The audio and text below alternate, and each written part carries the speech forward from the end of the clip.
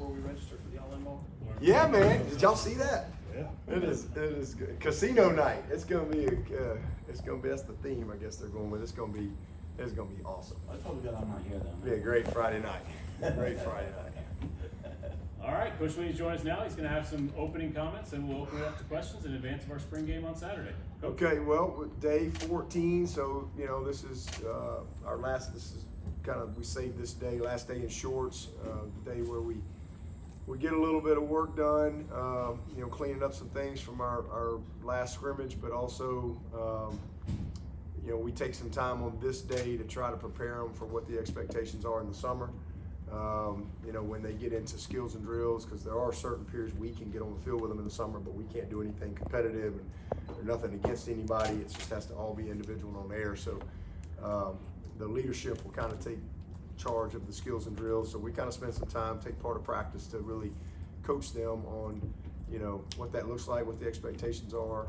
And so it's always a part of this day. And then we split the team, and everybody's got to have some time to make sure everybody's organized, because now you're not one team, you're two teams. And so we got the orange team and the white team. Coach Goodwin and Coach Riley will be the two head coaches, and we got everybody split up. So, let's pick a side and pack the valley, right? That's what we've been talking about. And I will say this to our fans, man, I really hope they'll show up and we'll have a great crowd. And it's free, but it is a very meaningful opportunity for us as a program, and our fans always show up. But I just, this team in particular, we got 16 mid-years, and this is the only opportunity we have. There's no preseason for us. There's no exhibition games. There's no jamborees. There's no scrimmages against other teams. This is the only true opportunity that we have to create a game feel. And for a lot of these mid-years, this is a big moment, because, the next time they actually play, it's going to be, the scoreboard's going to be lit up. And so this is a great opportunity to try to, hopefully create that game feeling for some of these guys. And then we got some guys that are getting a lot more opportunity as your team changes every year, you start over. So it's going to be a great day. I think it's going to be maybe 60 or something, a little cooler early, and beautiful sunshine day. So hopefully we'll have a great crowd. We got a lot of recruits coming, a lot of families. So man, let's pack that thing and let's make it a great day. I think it'll be a very competitive day. But really proud of the guys and our staff. I think we've had a good spring. We want to finish well, and we want to create good momentum into the next phase of our year and our journey. It's what we call transformation, and so that starts, right away. We'll start all of our exit meetings Monday. That'll probably take me 3 or 4 weeks to get through all the meetings with the players, and certainly the position coaches will meet with their group. And so a lot of information that we will discuss and talk about, and make sure we're all on the same page on what everybody needs to do to come back and not pick up where we left off, but to be ahead.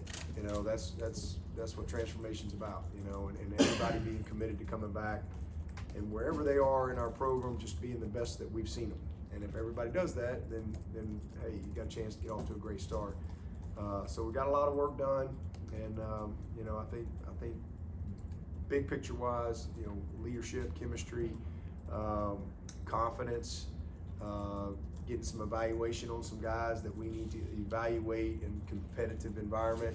We've been able to do a lot of that, and we're still not a complete team. We've obviously had some guys that have had some surgeries and things like that have been in and out of camp. We've got some more guys coming in June before we're truly a complete team. But it's good to be able to wrap it up this weekend, and then we've got, that's one of the reasons we try to go early. We don't like to finish too late in April, because we get out early. They're May 1 is the week of finals, and if they have finals, sometimes they don't have finals, or they do them early or whatever. But so it gives us a good 3 weeks of really good training, strength conditioning, creating momentum into the summer, which is the most critical time, and so as opposed to going later and having a little longer winter, this is you get more time to get some guys back. Obviously, we've done a couple of cleanup type surgeries, and we time those to where we know the guys will be ready to go once we get started in the summer. So team-wise, like what I've seen, and same thing with our staff. I think our staff has got good chemistry, and you know, we've gotten done what we needed to get done. And you always wish you had a little more time. You hate it when it's coming to an end, but they're going to be a fun day on Saturday, and then we'll take the next step. So usually the coordinators will stand behind, you know, the offense or the defense, and now that they're head coaches, how do you kind of divide that up with play calling? Yeah, well, you know, like we've done it differently over the years. I prefer to split the team and split the staff because I think it's good for your staff development too. But sometimes, like last year, for example, obviously you got a change in coordinator, so Garrett kind of went back and forth. But we'll split it up this year, completely split it up, and we'll have, you know, we got enough staff to where everybody, and then we got some injured players will be coaches as well. And got some honorary coaches coming back. We got Gary Peters, big GP, who's still playing. He's still playing up. I think he might be the best DB up in Canada. He's playing. DJ Reader's coming back. He's going to be one of our honorary coaches, and you know, hopefully Sammy Watkins is going to be back as well. So he's still trying to work it out, but I'm really excited about the day. But yeah, Garrett will call it for one side, Kyle will call it for the other side, Wes will call it for one side, Nikki will call it. You know, so we got plenty of coaches, but it's a good opportunity.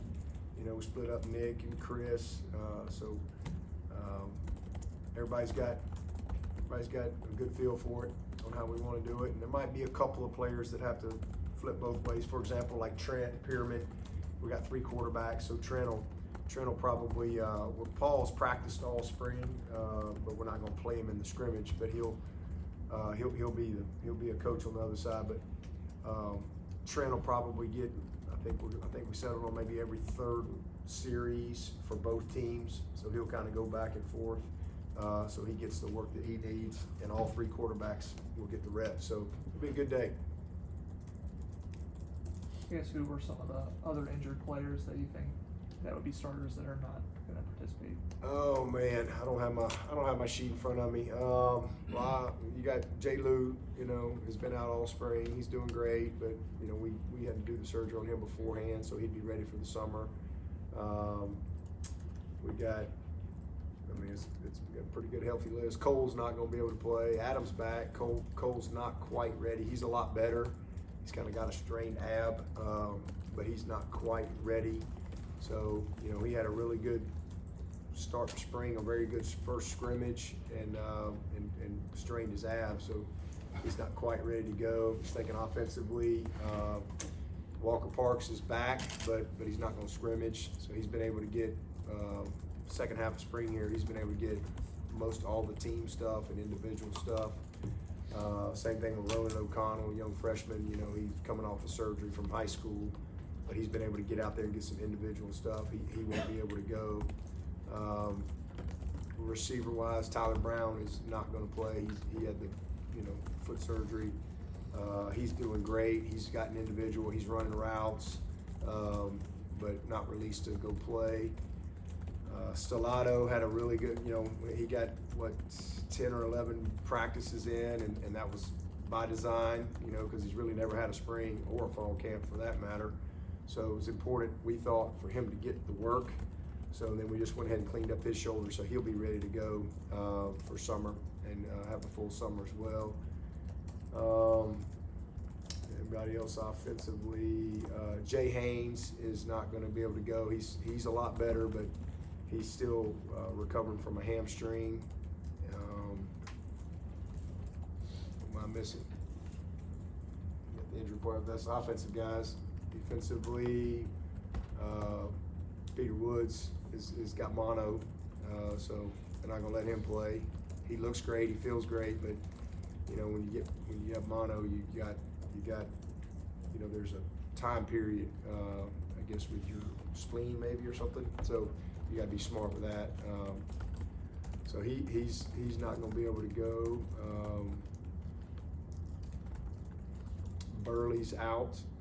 He's battling a hamstring.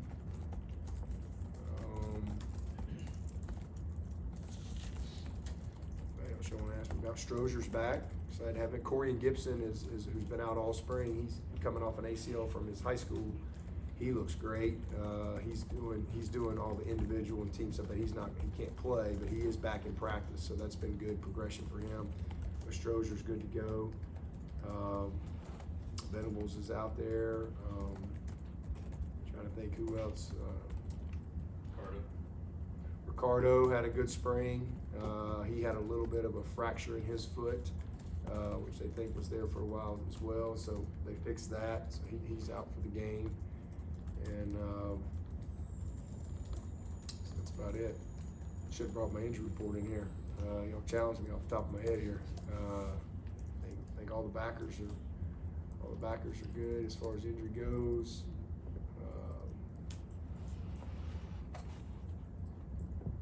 I think that's it. He's Noble Johnson. Noble, that's one I forgot. Noble's been out all spring. You know, he's not cleared yet. He's better, getting better, but he's not been able to practice all spring. Has Jay Haynes been out all spring? Well, he started out, going and just pulled his hamstring in mat drills, and then just wasn't able. He tried to go, and he just wasn't able to really get past about 70% early. So they've just been really trying to build him up and be smart with him. And I hate that for him because he really needed to work. But it is what it is. We need him come August.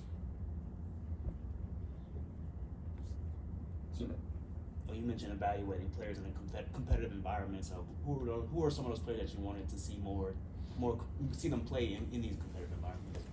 Well, I think we have guys at every position. Our quarterback's number one. I really needed CV to get a ton of reps. He really hadn't had hardly any reps. Once we got to the season, he hardly had any reps, mental reps. And we needed him to be mentally ready to go. And we gave him a little bit of scout team here or there, but he really mostly, was just watching and doing some things on his own.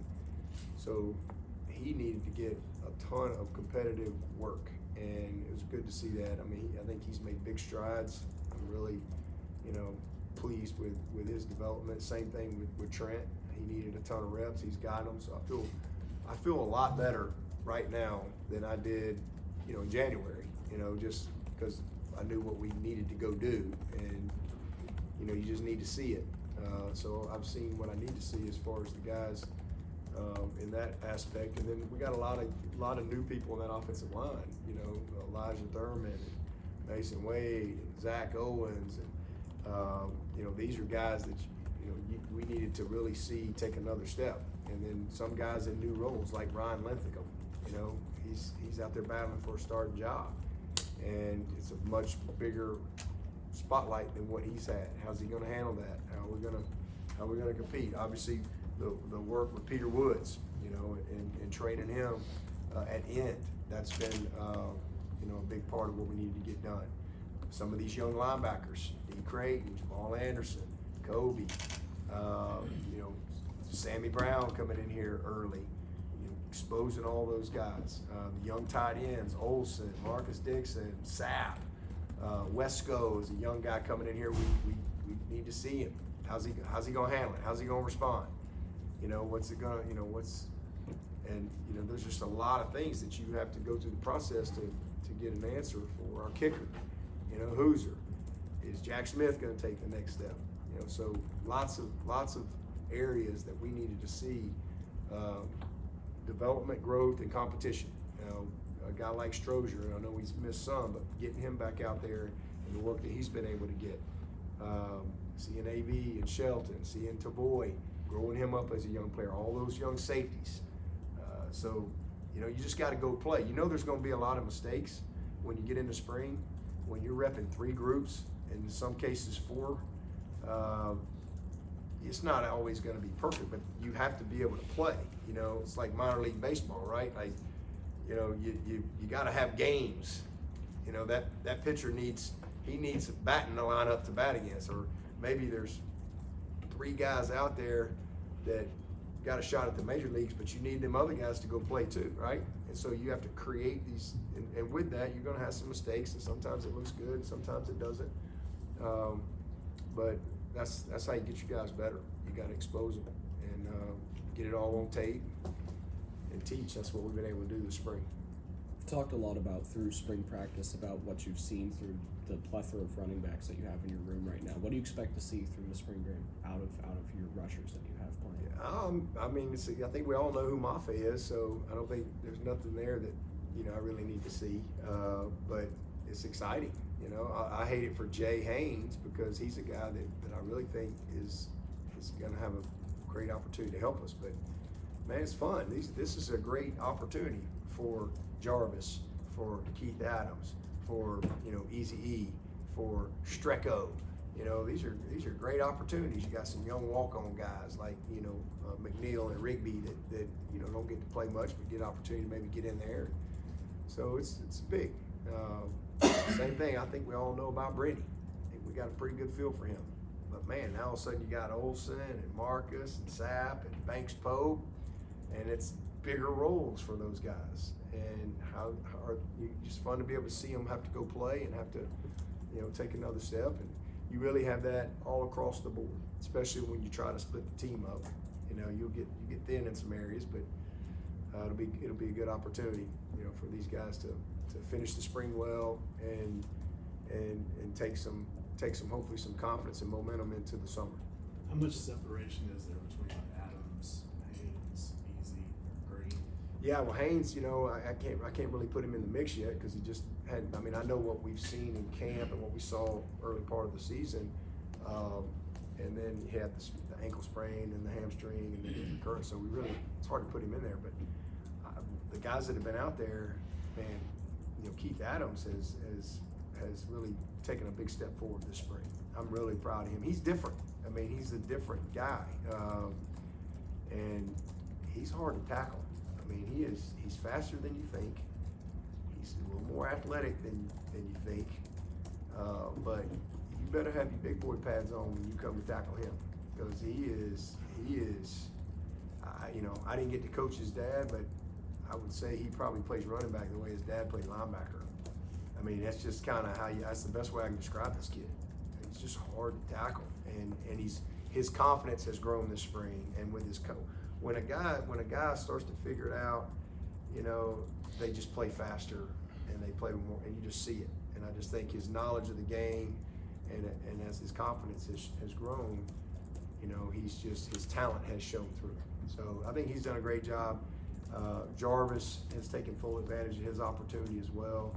And I've said this many times about that kid. He's a very natural runner, and he does there's really nothing he doesn't do well. Like he's just natural at everything he does. And then Easy E, I think it really fast early, a lot. But the pace of spring is good for a guy like him. It's not like every day fall camp when all of a sudden you just, by about day 8, you just like are overwhelmed.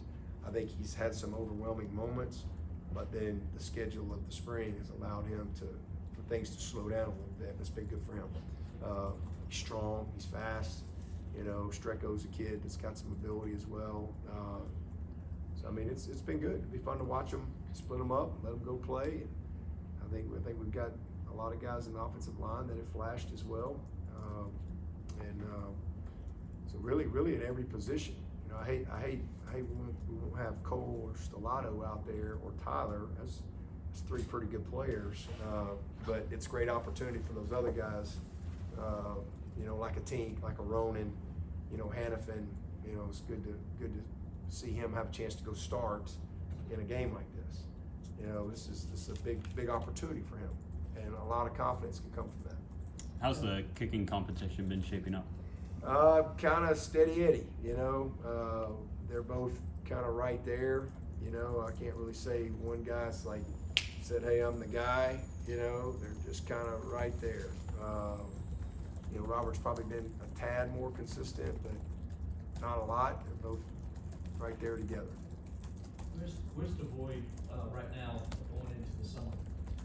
I think he's in a good spot because, man, he doesn't even know how valuable the experience that he has gotten. I mean, all the way back to bowl prep. The experience he got there, just the learning curve that he's been able to go through. That'll pay off big for him when he comes back and he takes it into the summer. he's already bigger and stronger, first of all. So just being in the program has been a benefit to him from that standpoint. But I just think he just knows a lot more. Like his foundation in June, as if he was just showing up here in June, is going to be way, way further ahead than it would have been if he'd have shown, if he didn't come in January, really for the bowl in December. So, going to be a good player. He's talented. Still got a ways to go, but I mean, I think he's progressing. Has anybody started to maybe separate themselves as center with that competition? I think if we played today, Ryan's running out there first. I don't think there's any question about that, but we don't play today, and we got a lot of work that needs to take place between now and August. And as I get into my individual meetings with all these players, there's certain things that I just want to see from every single player, and regardless of what your status on the team is right now, whether you're the first guy out there or whatever, that's not a lifetime contract, right? Everybody's got a lot of work to do this summer, and he's a guy that I think he's come out of spring first, by a little bit. I think Trent's right there, and I think Harris is coming. I mean, Harris is the biggest thing with him is just regaining his confidence with the snapping, and he's really done a good job. And first couple of days, I think he was a little erratic, but now I don't notice him anymore. And when if I'm noticing you at center, it usually ain't good. That's the position that I should only notice you when I'm seeing you finish some guy. If I'm noticing you for anything other than that, it ain't good. And so, because everything starts there, you have to have consistency there, and that's really what Harris, I think, has really done. So he'll get an opportunity.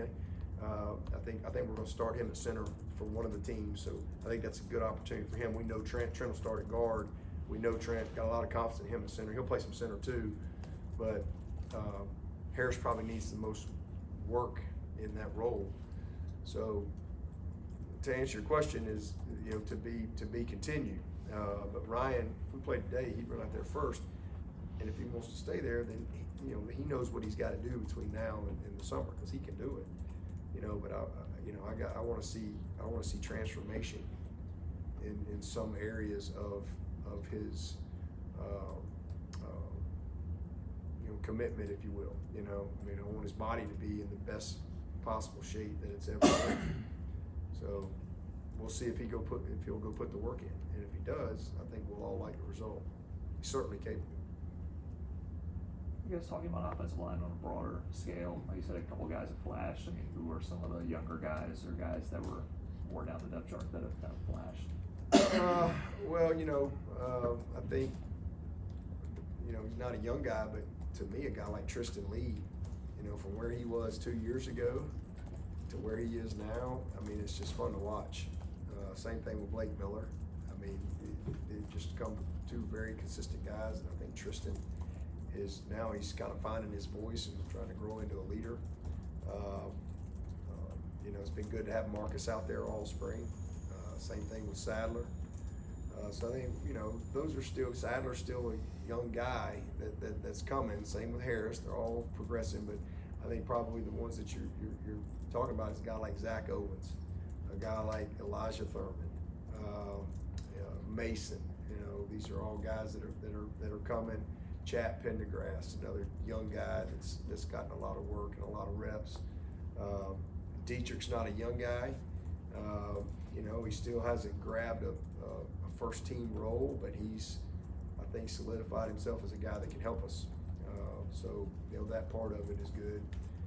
We'd all like to see him take another step, and that's really up to him, because it's not a matter of whether he's got the talent, but he's got to go earn it. But all those guys, I'm not really disappointed in anybody. I think they're all progressing. We didn't have Watson Young out there. He had ACL surgery, so he wasn't able to get out there as far as another young guy. But Ian Reed, that's another guy. Ian Reed is a guy that missed a lot of time. So getting him out there, getting a lot of live reps against good people, getting exposed a little bit from time to time has been really good for him. So, that's probably the main guys. Unrelated note, I'm doing a story on Blackman Huckabee and kind of his singing aspirations. Can you just speak to when you found out he has that voice and then kind of how that process went when he sang? Yeah, I didn't know anything about it. One of the players was talking about he could sing and started pulling up TikToks of him or something, I don't know, Instagram or whatever, of him singing in a mirror. Just, you know, I guess he would post a lot of stuff, and so that was the first time I saw it. It was a couple of players showed it to me. We were just talking. I'm like, Huckabee, what? And I was like, wow, he's good. So then he actually was one of the kids that they brought in to speak to the staff during our all-in meetings. I kind of put him on the spot. You know, I don't think he knew that I knew.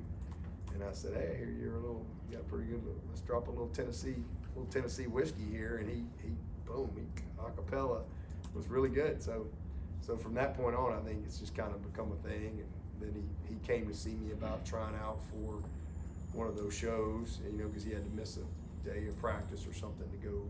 I don't know if it was The Voice or American Idol, one of them, or maybe America's Got Talent. We got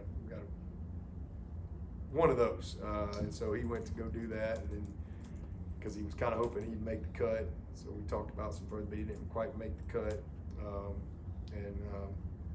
but he's singing national anthems, and I mean he's a neat kid. I mean he's got a great story, a really really cool story, and he's a very committed guy, tough guy. He's had 1 million injuries.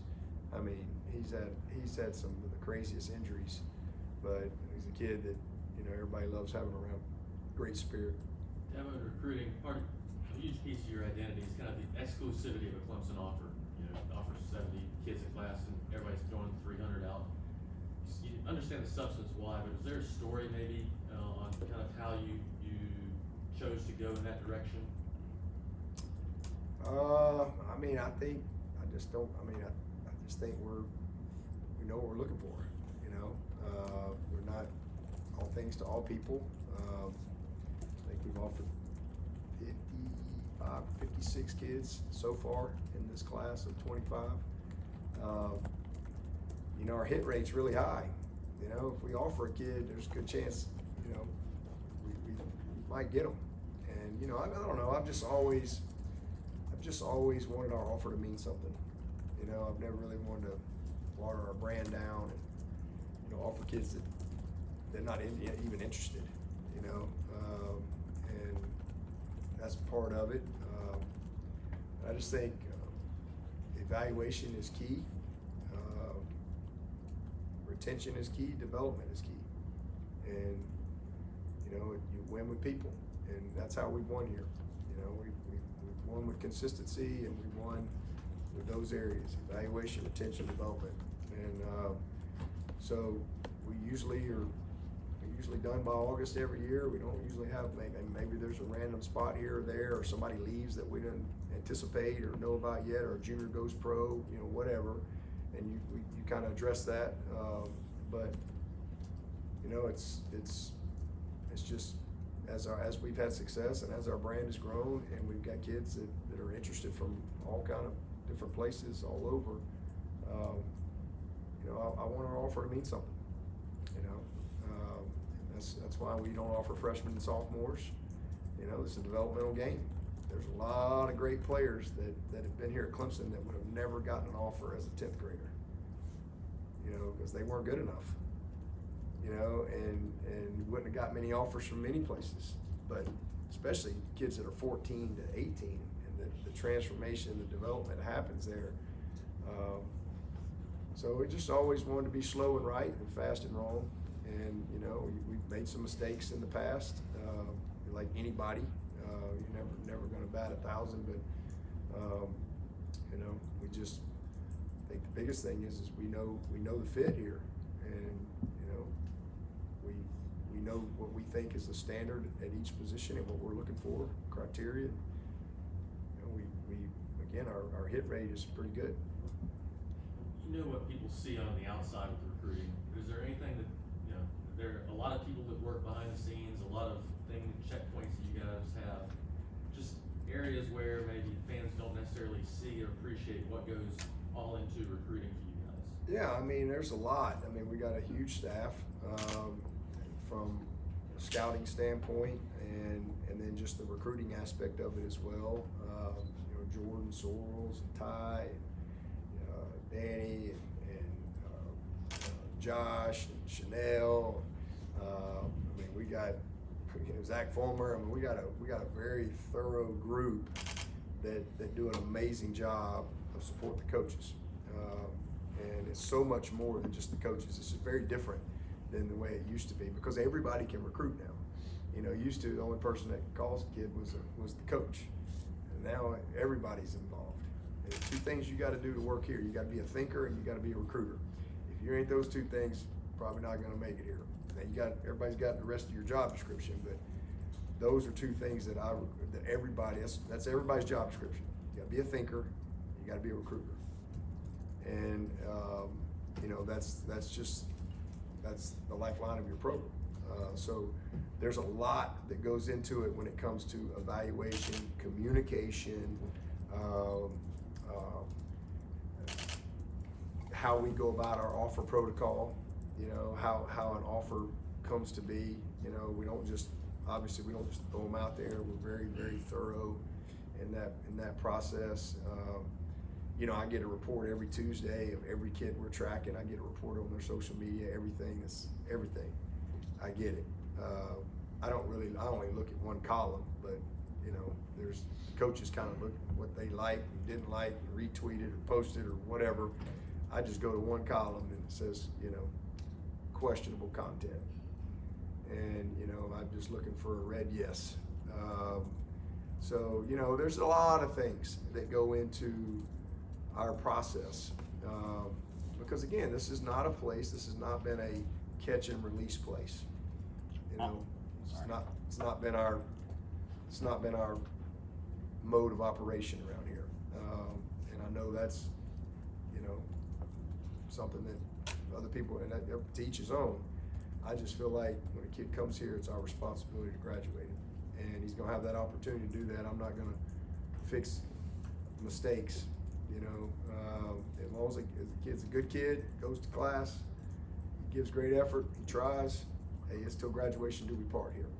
And it's just the way it is. So that's another reason why there's not many offers, because coaches know they're gonna be held accountable. You know, that's it's a two-way street. That's one of the reasons why you don't see, again, a lot of kids leave here without having degrees. On that same note, other coaches have talked about how the recruiting landscape is changing, how it used to be more about connections and now it's moving more towards NIL and money. Have you guys dealt with any of that? And obviously you guys are a special place. Like how has that landscape changed for you guys? Oh yeah, sure. Everybody deals with that. Honestly, it's made my life easier. It's made it a simpler process for us, and we don't waste any time in recruiting. You know, it's pretty clear cut and up front who really aligns with who we are and who's looking for something different. And so the good news is there's a lot of great players out there and it's not that they don't want to do NIL, absolutely, you know, but our NIL is for retention, not recruiting. That's how we've used it. You know, that's been our approach. And so, you know, there's some kids that are just making a decision just on that, and that is fine. It's not to each his own. You don't judge people for what they think they want to do. But then there's kids over here that's important, but here's what they're really making their decision on. You know, and that's the kids that come to Clemson. Anybody else for Coach Swinney? Coach, before we wrap up with the All-In Ball on Friday, what does it mean to you to have your foundation have such an impact to the communities that you've been in? Oh man, you know, I mean, hopefully that'll be my legacy. You know, we've won a lot of games, and we're gonna win a lot more games. But hopefully, when it's all said and done, I mean, you know, we all talk about the dash, right? You know, I know the day that I got this job. Right now, there's a question mark on when it'll end, and eventually there'll be somebody else that'll be the coach here, and that dash will be complete, and everybody will talk about. Hopefully, that will be my legacy. Honestly, will be that we use the platform in a way to serve other people and to help the community. And man, this is a great week. I'm excited about it. I think by the end of this week, we will have given, I think, $12 to $13 million away. And we started in 2010. We raised $90,000 that first night, and hope to raise 1.5 plus to, Friday night. And it's been awesome. Just so thankful for all the people who help us serve the community, and use the platform that we're blessed with. Certainly we don't have to do that. It takes a lot of time. We work all year on this foundation, but I just think it's a responsibility, because again, we've been blessed tremendously, and we've been impacted by a lot of things, and to be able to use the platform to give back and help other people, that's ultimately what it's all about. And man, there's so many people that are a part of it. We've stayed grassroots, we've stayed community-based and purpose-driven. We have not changed one bit since we started this foundation. And there's a lot of people that really count on us big time to come through for them every single year. And we have our focus areas. We call me Mr. and Clemson Life and Family Effect and breast cancer. But man, that grant program and all the people, almost 300 organizations that we gave over $1 million to in November alone, just November, that really, really count on us. And so Friday night's a big night. That's kind of the Super Bowl for the foundation. And we'll have a lot of former players there. A lot of our current players will come and support, give up their time, our staff, and some amazing people, our sponsors. It is awesome. Lexi is our one employee, and she does a great job, and everybody else is just volunteers, that help us. And man, we've got, the Shepherd Hotel has been a title sponsor for us, and Jersey Mike's has been unbelievable support, and we got a big announcement coming from them Friday night. WCCP, and what they've done every single year in their breast cancer month, and the money they've raised and supported the foundation.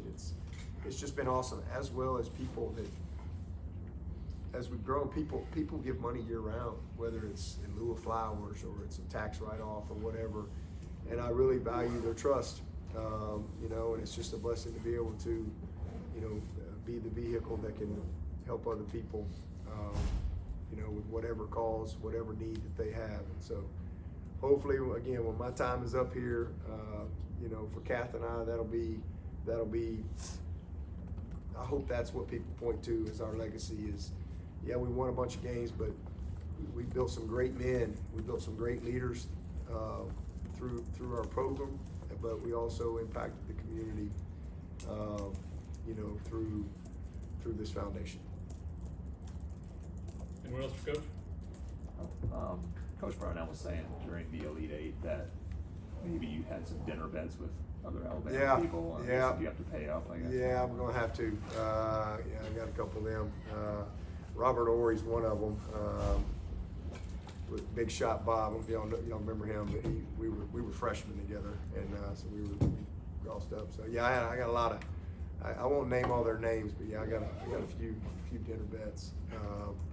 We'll have some fun with it. But man, how about our basketball team?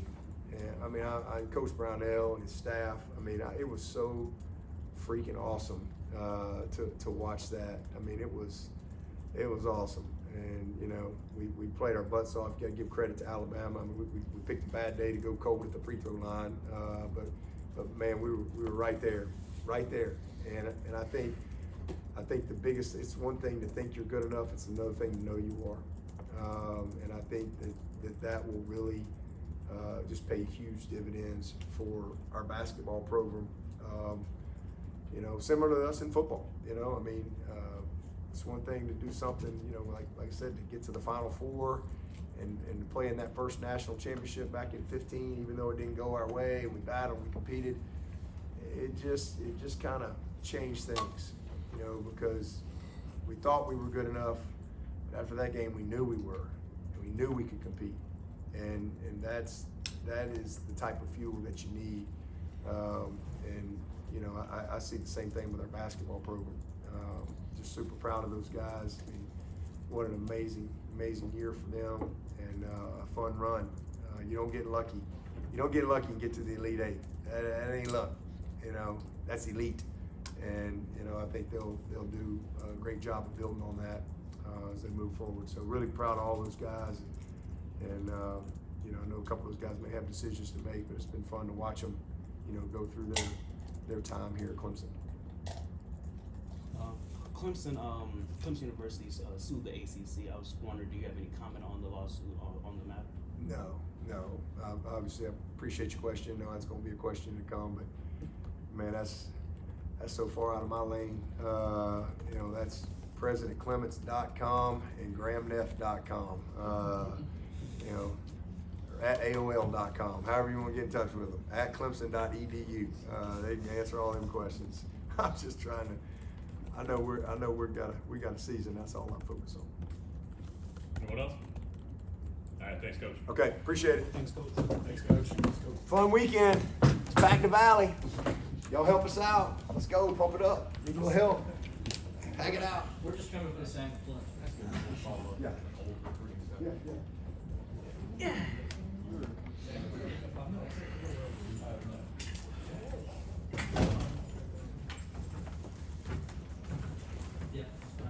I have a question to ask. Yeah. I did the